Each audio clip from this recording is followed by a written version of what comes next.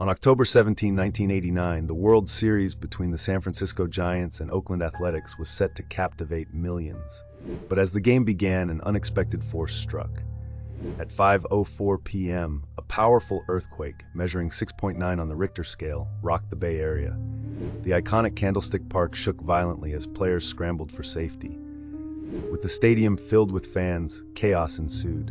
The game was postponed, and the world watched in horror as the earthquake caused significant damage, claiming lives and altering the landscape.